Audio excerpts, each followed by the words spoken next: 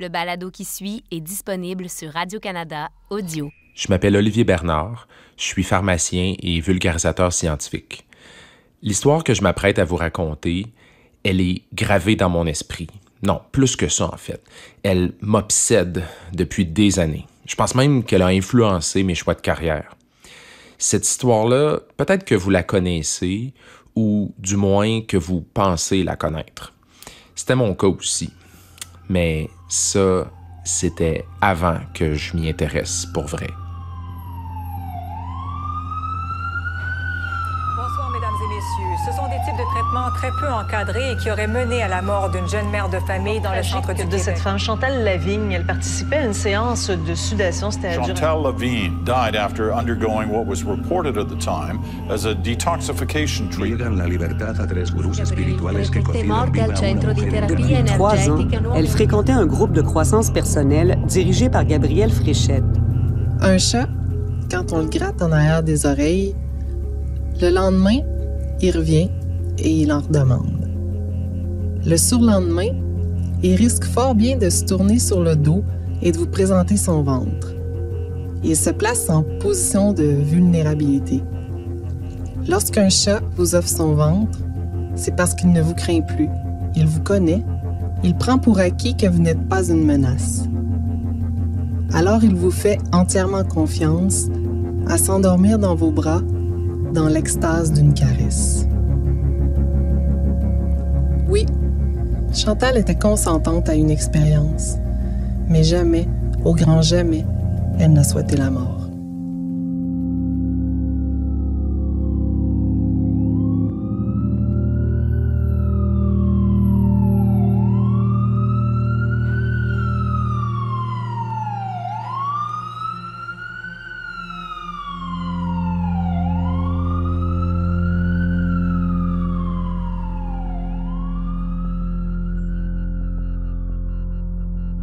Le 29 juillet 2011, Chantal Lavigne est décédée dans un rituel de sudation.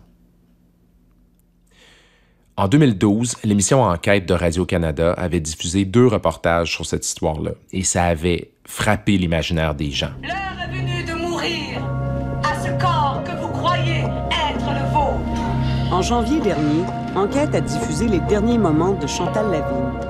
Ça racontait ce qui s'était passé au fameux rituel avec des détails vraiment perturbants. Chacune des personnes soit nue, couverte de boue et enveloppée dans une bâche de plastique. Dans les reportages, on voyait Chantal, évidemment. Sur certaines des photos, elle porte un diadème, une sorte de couronne, et elle a des oreilles d'elfe. C'est un détail un peu étrange qui ressort du lot. On entendait aussi son conjoint, Patrick, raconter comment Chantal avait investi presque tout son temps et son argent dans une tonne de séminaires.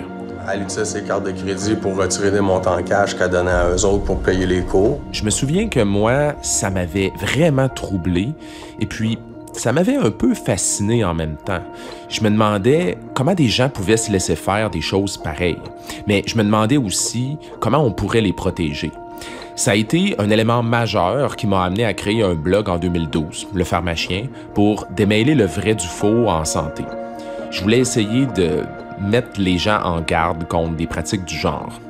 D'ailleurs, j'avais presque oublié ça avec le temps, mais dans le premier livre que j'ai publié en 2014, je faisais un survol de différentes thérapies douteuses à travers l'histoire, puis j'avais inclus un dessin qui prend tout son sens aujourd'hui. C'était une hutte de sudation, une sorte de grande tente. Devant, il y avait 2 personnages. À droite, une fille jeune qui sourit. À gauche, une femme d'un certain âge qui dit « Tu entres là-dedans, je te recouvre avec de la boue, des draps puis une bâche de plastique. Ensuite, je te mets la tête dans une boîte de carton et j'augmente la température. Puis, dans environ 9 heures, je viens voir si t'es encore vivante. » Mais c'était un peu trop simple comme version des faits. Et quand je me suis réintéressé aux événements, j'étais loin de me douter de ce que j'allais découvrir.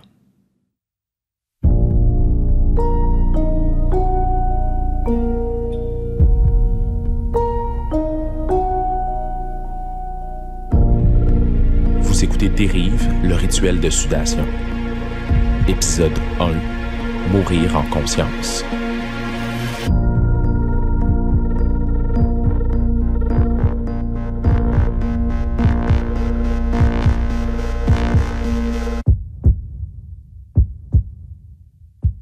L'histoire de Chantal m'a jamais quitté. On dirait même qu'elle me suit. On m'en parle souvent dans le cadre de mon travail. Comme ici, en 2019, dans une entrevue à l'émission de radio de Patrick Lagacé au 98.5 FM à propos de Gwyneth Paltrow et de ses conseils douteux en matière de santé. Mme Paltrow a fait la promotion d'une sorte d'expérience de sudation. Là. Tu vas dans un sauna si tu as la grippe. Ouais. Ça peut avoir des conséquences funestes parce qu'on l'a vu il y a quelques années au Québec. C'est un gourou de ce type-là. Là. Mm-hmm. Il t'emballait. Là. Il y a une femme qui est morte. Absolument. Chantal Lavigne, 35 ans, oui. J'ai jamais oublié son nom. Mais est-ce que je me souvenais vraiment de ce qui s'était passé? Un jour, par curiosité, j'ai commencé à faire des recherches. J'ai trouvé des articles dans des petits journaux locaux avec des détails que j'avais jamais entendus avant. J'ai trouvé certaines des personnes impliquées dans ce cas-là sur Facebook. J'ai lu un texte écrit par une amie de Chantal qui décrivait le procès. Vous en avez entendu un extrait lu par l'ami en question, au tout début de cet épisode-ci d'ailleurs. J'ai aussi réalisé que cette histoire-là a fait le tour du monde. Ils en ont parlé en Italie, en Angleterre, en Australie. Mais même après avoir lu tout ça, je manquais vraiment d'informations. Ça me suscitait plus de questions que de réponses en fait. Je me suis aussi rappelé que le séminaire qui a coûté la vie à Chantal Lavigne s'appelait « Mourir en conscience ».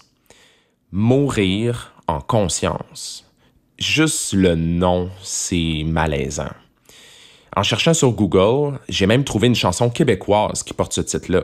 Ça pouvait pas être juste un hasard, hein?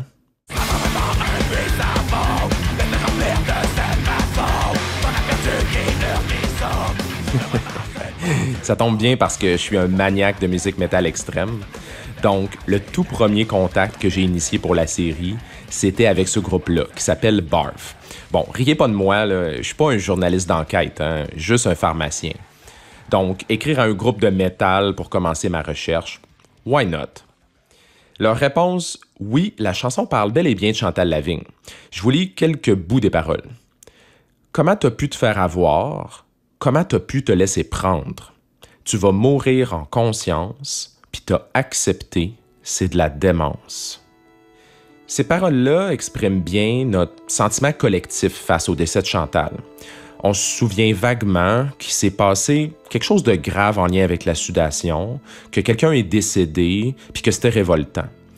Avec le temps, c'est devenu un fait divers, une sorte de mauvais souvenir qu'on mentionne de temps en temps, sans vraiment savoir de quoi il s'agit.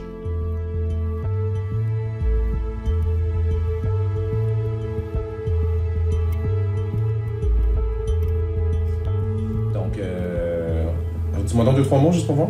2-3 mots juste pour voir? Ouais. Génial, drôle. Je suis allé rencontrer Julie-Ève, la sœur de Chantal. Elle a les yeux brillants et un regard un peu timide. Elle rit souvent durant l'entrevue. Mais malgré sa légèreté apparente, elle a beaucoup hésité à participer au balado. Elle s'était encore jamais prononcée jusqu'à aujourd'hui sur ce qu'elle et sa famille ont vécu le 29 juillet 2011.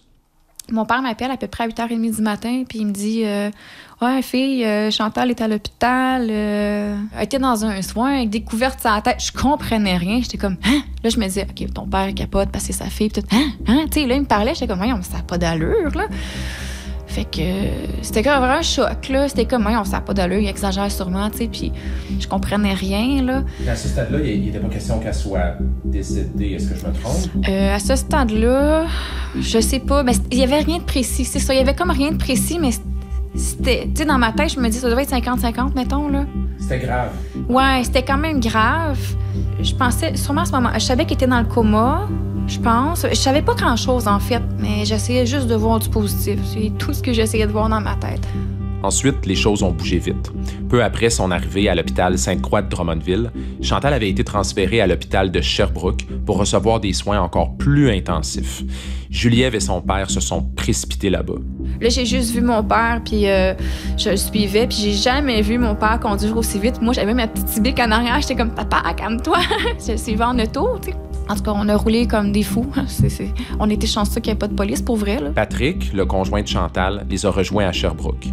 Et la scène qui les attendait était extrêmement difficile. Elle était comme toute boursouflue, puis elle perdait son eau, puis on dirait qu'elle pleurait, mais c'était l'eau qui coulait de partout, tu sais, je pense... j'ai une image de quelqu'un qui s'évapore, mais c'est pas ça pantoute, mais tu sais, elle a comme cuit, qui disait à l'intérieur, là. Fait que c'est comme, mettons, quelque chose qui cuit dans le four, ben ça fait de la vapeur. En tout cas, elle perdait comme son eau. C'est ça. Dans ma tête, je savais pas si elle allait mourir ou pas. Je comprenais pas grand-chose. Elle n'était pas la seule. Personne ne comprenait. Les détails ont émergé des mois, voire des années plus tard. Qu'est-ce qu'on sait sur ce qui s'est passé ce jour-là?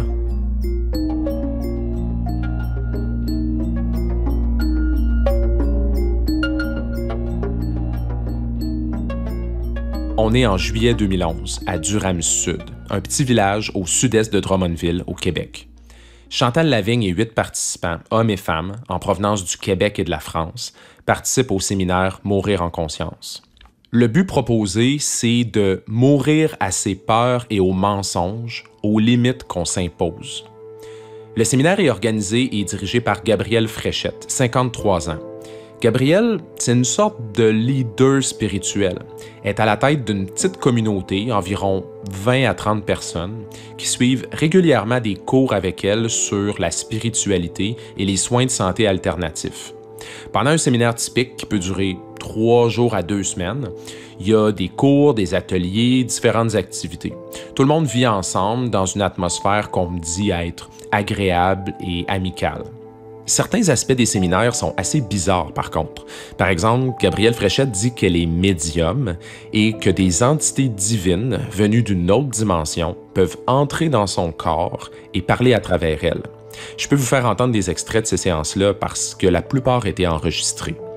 La principale entité canalisée par Gabrielle s'appelle Melchisédek. Nous vous saluons. Bonjour à vous, Melchisédek. Nous vous remercions. Merci. Gabrielle a aussi des assistants. Ginette Duclos, 61 ans, une ex-cadre de Bell Canada à la retraite, et Gérald Fontaine, 29 ans, pâtissier et massothérapeute. C'est eux qui prennent le relais pendant que Gabrielle est possédée, disons, par l'esprit de Melchisédek. D'ailleurs, selon Gabrielle, c'est l'entité qui décide pas mal tout ce qui se passe dans les séminaires et non pas elle. Et dans le décès, l'être ne peut point revenir à la vie instantanément. Il entre. Le 27 juillet 2011, le séminaire Mourir en conscience dure depuis 12 jours. La dernière étape va avoir lieu le lendemain. Qu'est-ce que c'est au juste? Gabrielle et son équipe disent pas grand-chose aux participants à ce sujet-là.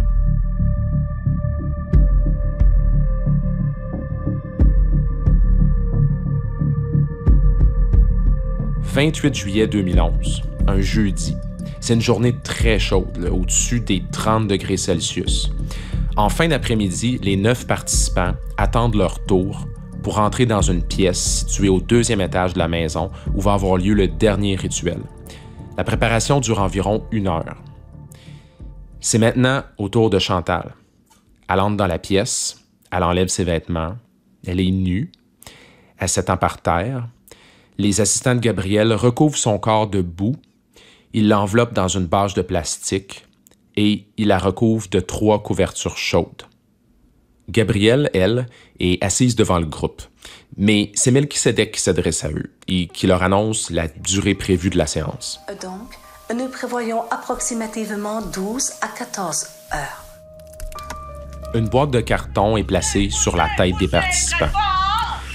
Le rituel de sudation peut commencer. L'heure est venue de mourir à votre perception de la vie sur Terre. L'heure est venue de mourir à ce corps que vous croyez être le vôtre. Les 3 premières heures sont consacrées à de la visualisation et à des exercices de respiration assez intenses qui ont pour but d'atteindre un état de détachement de soi.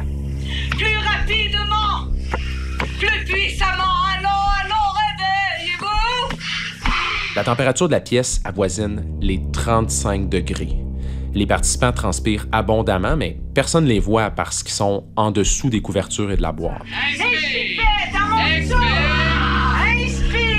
expire, expire, l'intensité de la vie, l'intensité de la terre, l'intensité de l'amour.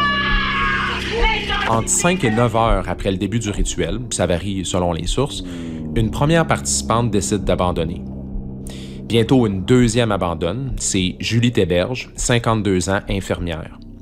Un troisième participant décide d'abandonner. Puis, Julie Théberge se met à vomir et à déféquer par terre.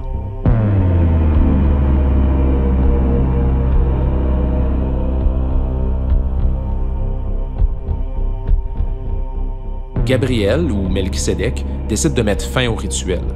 Julie Théberge demande du sucre. Elle dit être en crise d'hypoglycémie. Gabriel appelle Info Santé qui lui recommande de contacter le 911, ce qu'elle fait. Mais quelques minutes plus tard, Ginette informe Gabriel que Chantal se réveille pas normalement. Gabriel appelle le 911 une deuxième fois. Nous autres, on n'avait aucune idée que c'est la sudation ou quoi que ce soit. Là. Jean Dumont est paramédic pour Ambulance de l'Estrie. Passé minuit, il reçoit un appel de la centrale. La seule information disponible, c'est qu'une personne a un problème diabétique. En arrivant sur les lieux, 2 personnes de sexe féminin couchées sur une couverture, nues dans une cuisine. Patiente numéro 1, c'est une patiente qui est inconsciente. Patiente numéro 2, qui est consciente, qui vomit. La patiente 1, c'est Chantal Lavigne. Et la patiente 2, c'est Julie Théberge. Présence de terre sur le corps qui a été comme essuyé, balayé ou suite là, ça l'a allumé là, dans notre tête là, de demander une deuxième ambulance là, parce que. Il constate que Chantal respire beaucoup trop vite. 40 respirations par minute, alors que la normale au repos, c'est 16 à 18. Le taux d'oxygène dans son sang aurait dû être de 97 ou 98 %, mais il était rendu à 44 %. Un masque à oxygène lui est installé. Ses pupilles ne réagissent pas. Ensuite, il y a eu une prise de glycémie qui était là, tout à fait normale, selon mes souvenirs. Donc, vous avez pris sa glycémie parce que l'information que vous aviez, c'était que c'était un problème diabétique. Là, vous avez bien vu que la glycémie était normale. Fait que là, finalement, vous n'aviez aucun moyen de savoir c'était quoi son problème, là. Pas du tout. Très loin de soupçonner là, un coup de chaleur à 1h du matin. Là. Il faut dire que les organisateurs du séminaire étaient pas très aidants dans la collecte d'informations, malgré l'urgence de la situation. Mon rôle à moi, c'est d'être les yeux du médecin qui va me recevoir. Mais quand on est incapable d'avoir de renseignements valides et valables, là, soit qu'ils mettaient ça sur le dos d'une troisième personne qui était en train de déplacer des autos pour faire de la place pour une ambulance, puis tout était évasif. Puis ça, c'est inhabituel, j'imagine, dans... Ben, c'est complètement inhabituel, là, habituellement. Pendant que M. Dumont s'occupe de Chantal Lavigne, la deuxième ambulance arrive pour prendre soin de l'autre participante mal en point. Mais il découvre qu'il y en a une troisième. Moi, à ce moment-là, quand je monte à l'étage, il y a une salle de bain tout de suite en haut à droite, puis il y a une femme qui est tout nue, debout, qui a vomi au niveau du lavabo. Puis cette dame-là, écoute, on a essayé de la convaincre comme on a pu venir avec nous à l'hôpital. Elle n'a jamais voulu venir à l'hôpital. Nicolas Prévost-Drouin, c'est un des paramédics dans la deuxième ambulance. Vu que Chantal et l'autre participante étaient déjà prises en charge par ses collègues, son rôle, c'était d'obtenir plus d'informations. Parce que lui non plus avait aucune idée de ce qui s'était passé. Juste le fait de voir des dames nues avec des comportements hagards, de la confusion, des nausées, des vomissements, pour moi, ça a sonné tout de suite intoxication. Sa première impression, c'est que ça aurait pu être une intoxication avec des drogues ou un empoisonnement accidentel. C'est Gabriel Fréchette qui lui répondait, mais encore là, rien n'était clair. On posait des questions qui étaient très, très typiques à ce genre de contexte-là, mais tu sais, on n'avait pas les réponses qui venaient avec ça. Fait que moi, c'est là que j'ai demandé l'assistance de la Sûreté du Québec. Vers 1h15, l'ambulance part pour amener Chantal à l'hôpital Sainte-Croix de Drummondville. La Sûreté du Québec arrive un peu plus tard. Je veux vous faire remarquer ici que pas mal tout le monde, et moi aussi d'ailleurs, on a retenu que Chantal était décédée dans une hutte de sudation. Mais les photos prises par la police le jour de l'événement montrent complètement autre chose. Je regarde les photos, là, puis premièrement, il n'y a pas de hutte. On est à l'intérieur. Il y a des rideaux foncés qui couvrent les fenêtres. Par terre, c'est du plancher de bois franc. Il y a des tonnes de choses. C'est vraiment le bordel, là. Il y a des matelas en mousse, des sacs de terre noire, des bâches de plastique, des couvertures, des boîtes de bière Corona pis Stella Artois. C'est extrêmement malaisant comme photo. Je repense au dessin dans mon livre, avec la hutte de sudation. Même moi, j'étais mal informé.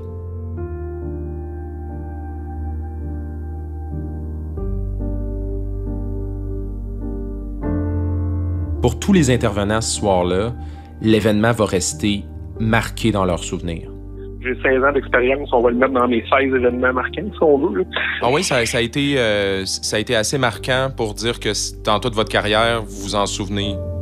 Ah oui, puis ça fait partie des appels qui vont rester marqués dans notre livre, que quand on va prendre notre retraite, on va dire « Je me rappelle une fois d'avoir fait tel genre d'appel ».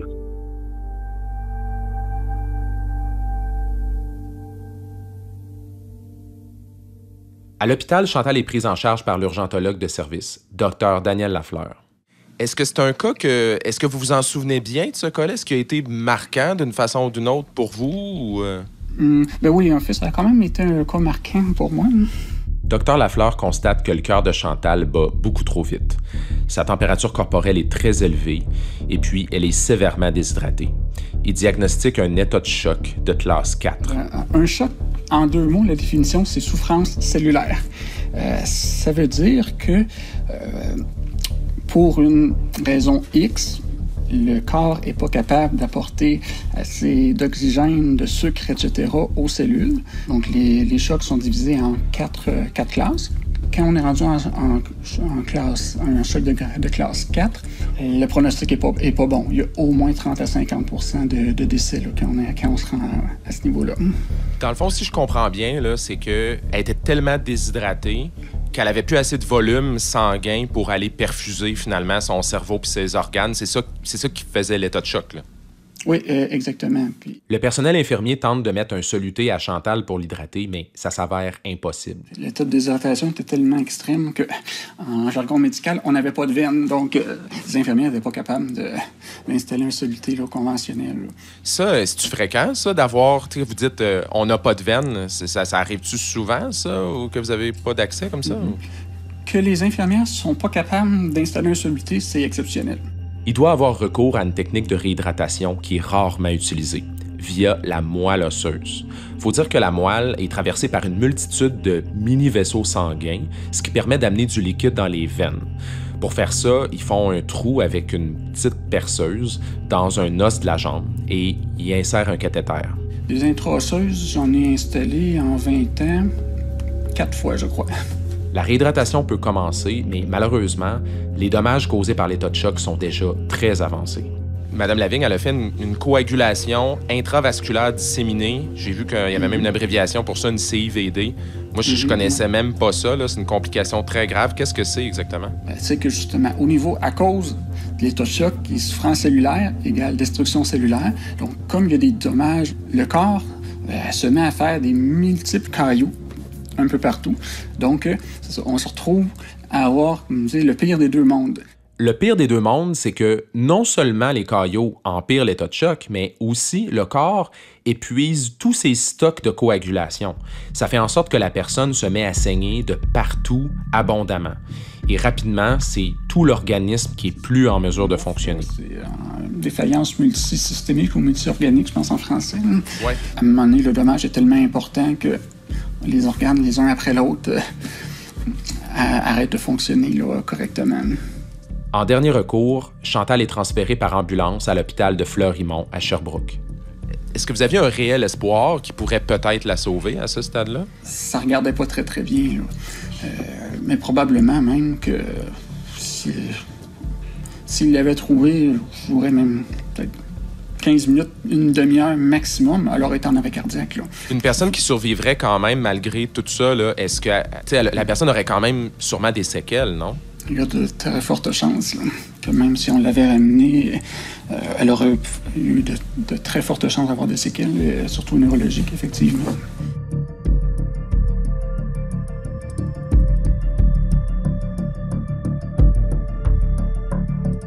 C'est à Sherbrooke que Juliève et son père rejoignent Chantal. Patrick arrive aussi. Juliève essaie de tenir les proches et les amis au courant à travers le chaos de la situation. J'avais écrit... mon Dieu, mais dans ce temps-là, je mettais ma vie sur Facebook. Ça commençait avec plein de sacs, là. des beaux mots d'église. Ah, c'est de calice de nanana, ma soeur en dessous des couvertes. Je sais pas qu'est-ce que j'ai écrit. Puis c'est rare que j'étais de même sur Facebook, mais j'étais comme. Puis c'est comme ça que bien du monde, je pense, l'ont appris, mais moi, je savais pas qu'elle allait mourir.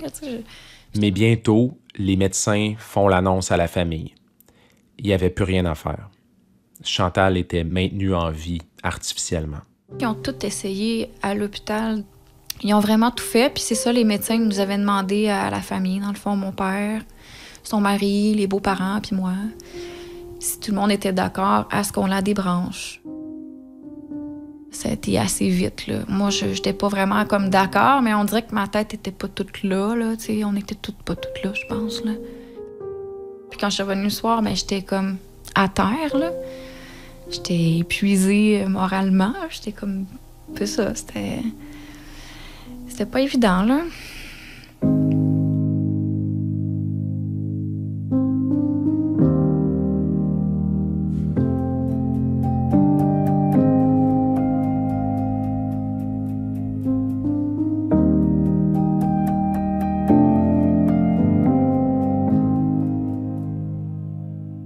En 2014, le coroner Gilles Sainton a enquêté sur toute l'affaire.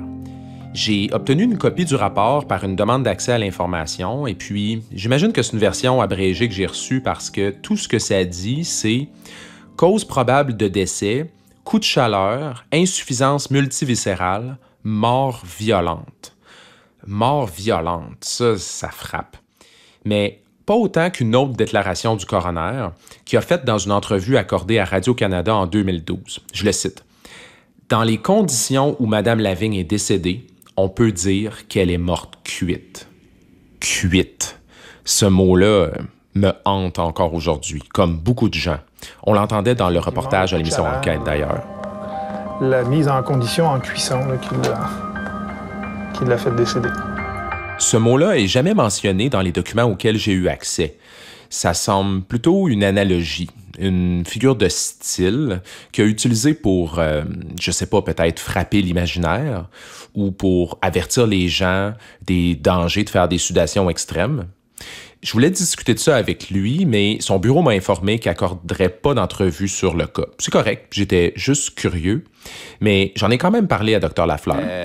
Tu sais, en réalité, il n'y a pas eu de cuisson en tant que tel. Là. Je veux dire, les tissus n'étaient pas cuits. Non, non, c'est ça. C'était un peu imagé comme mot, effectivement. Une fièvre chez l'humain, ça commence à 38 degrés Celsius. Et à partir de 41-42 degrés, c'est une urgence médicale qui peut entraîner la mort. Mais c'est pas vraiment une cuisson.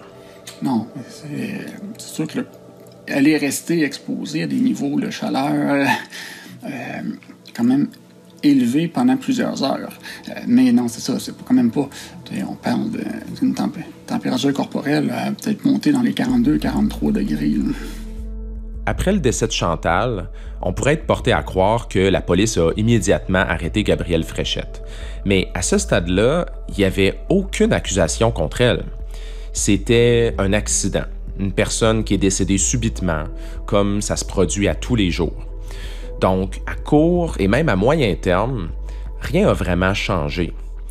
Quelques jours après que le premier reportage de Radio-Canada ait été diffusé, Gabrielle Fréchette a même accordé 2 entrevues à la radio, dont celle-là à Choix 98.1 Québec. Je me sens pas responsable dans le sens où il y aurait eu une négligence de ma part.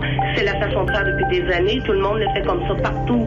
Partout où vous allez, qu'il y a des élucidations, c'est ça la technique, c'est ça l'approche. C'est seulement le 26 juillet 2012 que Gabrielle Fréchette et ses 2 assistants sont arrêtés par la Sûreté du Québec après une longue enquête. Ils sont accusés de négligence criminelle ayant causé la mort de Chantal Lavigne. Ils sont ensuite libérés en attendant leur procès, avec comme condition de ne pas organiser des séances de sudation, mais avec le droit de tenir des séminaires de développement personnel. Et c'est ce qu'ils font. Les séminaires ont continué comme si de rien n'était. Gabrielle et ses assistants se sont promenés entre le Québec et la France, et même si le groupe était plus aussi grand qu'avant, beaucoup de participants lui sont restés fidèles. Le décès de Chantal les avait pas convaincus de quitter. D'ailleurs, j'ai tenté de contacter des personnes qui étaient présentes au séminaire Mourir en conscience, Déjà, c'était pas évident de trouver leur nom, encore moins leurs coordonnées, mais j'ai réussi à dresser une liste de 8 des 9 participants et je suis arrivé à en contacter quelques-uns. Un couple en France m'a dit que pour eux, c'est une affaire qui est dépassée et privée. Une autre participante a accepté de me parler de n'importe quoi, sauf du séminaire.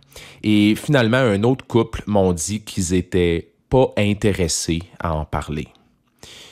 Pas intéressés. Bon, je veux pas mettre trop d'accent là-dessus parce que je les ai sûrement pris par surprise avec mon appel. Mais ce que j'ai fini par réaliser, c'est qu'il y a un grand silence à propos de ce qui se passait dans l'ensemble des séminaires organisés par Gabrielle Fréchette.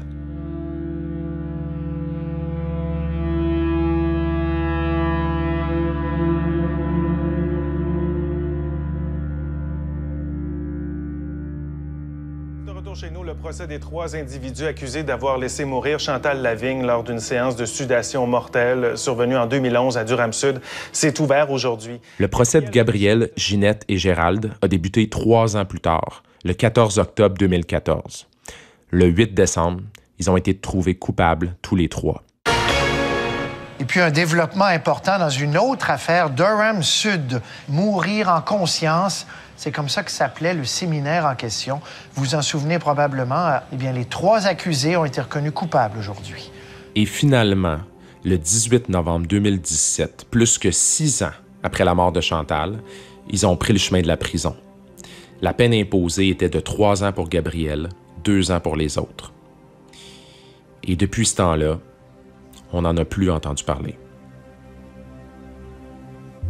Mais l'histoire n'est pas terminée. Elle sera peut-être jamais terminée. Ce qui reste aujourd'hui, c'est un souvenir collectif un peu flou. Mais la famille et les proches, eux, ont jamais vraiment accepté ce qui est arrivé. Louise Girard, une amie de Chantal, a exprimé sa tristesse, sa frustration et puis son sentiment d'impuissance dans un texte qu'elle a publié sur le Huffington Post en 2016, intitulé « Mourir de confiance ». Vous l'avez entendu au tout début de l'épisode, parce que je lui ai demandé d'en lire des extraits. En voici un autre. Chantal a fait confiance à ces gens-là. A mis sa vie entre leurs mains. Il devait être là pour la faire grandir. Pour lui donner des outils, pour veiller sur elle, pour la protéger. Ils n'ont pas respecté l'engagement qu'ils avaient pris avec elle. Ils ont mis sa vie en danger.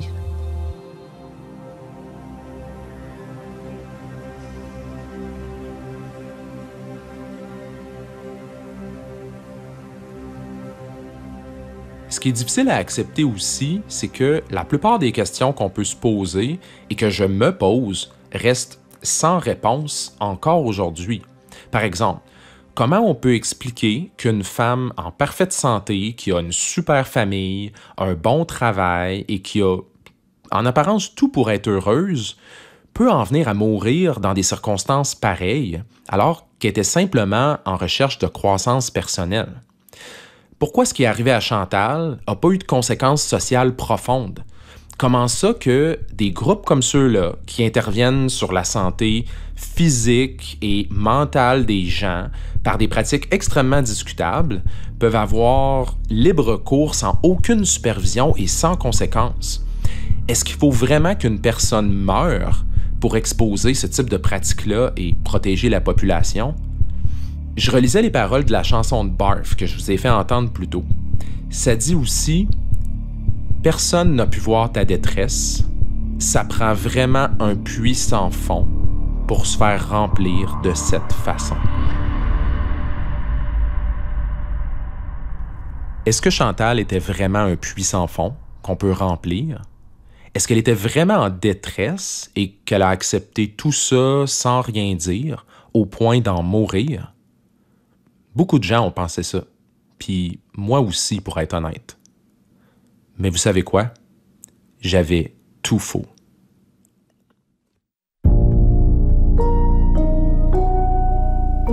Dans les prochains épisodes de Dérive, je découvre qui était Chantal à travers ses proches et on assiste à sa lente descente vers l'isolement presque total du monde extérieur. C'est la même Chantal, mais un peu plus lointaine. Ils ont fait des menaces à un moment donné. Il fallait qu'elle fasse les ateliers, tu sais. On sentait que c'était plus juste comme une joie de le faire, tu sais. J'explore la spiritualité Nouvel Âge et les rituels de sudation et je me soumets moi-même à l'expérience. Mes mains sont complètement déshydratées, là. Je touche à mes doigts, puis on dirait que je reconnais pas la texture de mes doigts. Des fois, je suis obligé de dire à quelqu'un, ça va t'arriver quelque chose si tu continues, et la personne ne savent pas comment se protéger. Je rencontre plusieurs ex-participants au séminaire qui me racontent les choses étranges et inquiétantes qu'ils ont vécues. Tu seras pas heureux jamais, tu pourrais même tomber malade, tu pourrais même en mourir parce que tu réalises pas ta mission de vie. Les gens m'avaient dit, l'autre tout prend le plus de crédit possible, charge-le le plus possible, fais faillite après. Je revisite les procédures légales en lien avec la mort de Chantal et je tente de découvrir s'il serait possible d'encadrer les groupes spirituels et de croissance personnelle pour mieux protéger le public. Si j'interdis que cette dame-là mette sa vie en danger, ça devient dangereux pour les libertés. 4 filles qui ont du fun dans un spa, là, ça fait du bien. Mais est-ce que je vais proposer ça comme traitement de la dépression? Non. Notre argument, c'était sur la sentence, c'était un accident qui s'est produit. Le propre de la sudation, c'est d'avoir le plus chaud possible. Et je tente d'en apprendre davantage sur Gabrielle Fréchette. Tu sais, moi, j'ai tout le temps été impressionné par les personnes charismatiques. Elle pouvait rentrer dans le monde shakeait des fois quand il passait à côté d'elle. Habituellement, dans une secte, il y a un gourou. Son pouvoir n'est pas basé sur la raison, mais sur le charisme. Je dis, t'as des ateliers avec ta secte? Parce qu'elle, elle les appelait sa secte pour rire, tu sais. Elle a dit, non, je les appelle plus comme ça. Peut-être, en fait, qu'elle avait laissé tomber toutes ses gardes.